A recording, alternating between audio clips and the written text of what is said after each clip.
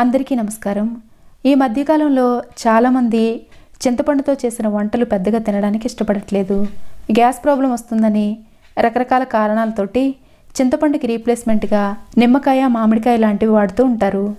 కూరలకి టేస్ట్తో పాటు మంచి గ్రేవీ రావాలంటే మామిడికాయ మంచి ఆప్షన్ అనే చెప్పాలి. కానీ ఈ మామిడికాయలు వేసవికాలం తప్ప అన్ని సీజన్లోనూ ఎక్కువగా దొరకవు కాబట్టి ఇలా బాగా విరివిగా దొరికినప్పుడే సంవత్సరం పాటు ఎలా స్టోర్ చేసుకోవాలో ఇప్పుడు చూపిస్తాను. మంచి పుల్లటి మామిడికాయలను తీసుకొని తొక్క తీసేసి ఇలా పెద్ద హోల్స్ ఉండే వైపు నుంచి తురుముకోవాలి. ఇలా మీకు ఎన్ని కావాలంటే అన్ని తురుముకొని రెడీ చేసుకోవాలి.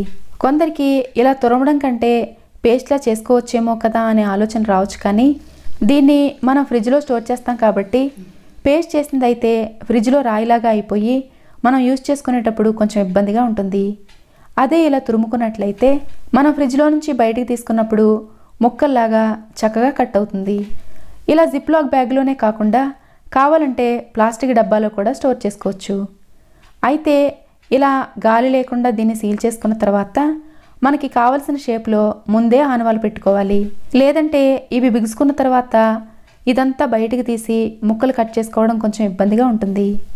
ఇలా చక్కగా ఫిల్ చేసుకున్న తర్వాత గాలి లేకుండా సీల్ చేసి చాకుని వెనక వైపుకు తిప్పి ఇలా మనకి కావలసిన సైజులో ఆనవాలు పెట్టుకోవాలి. మనకి ఒక కూరకి ఎంత పులుపు సరిపోతుందో దాన్ని బట్టి కావలసిన సైజులో ఆనవాలు పెట్టుకోవాలి. ఇలా పెట్టుకున్న తర్వాత వీటిని నార్మల్ ఫ్రిడ్జ్లో కాకుండా డీప్ ఫ్రిడ్జ్లో స్టోర్ చేసుకోవాలి. ఇక్కడ నేను ఒకరోజు డీప్ ఫ్రిడ్జ్లో పెట్టిన తర్వాత చూపిస్తున్నాను. ఇలా చక్కగా గట్టిగా బిగుసుకుపోయిన వీటిని మనకి ఎప్పుడు కావాలంటే అప్పుడు వాడుకోవచ్చు. ఇవి డీప్ ఫ్రిడ్జ్లో ఐస్ గడ్డలాగా అయిపోతాయి కాబట్టి దాదాపు 9 నెలల నుండి సంవత్సరం పాటు నిల్వ ఉంటాయి.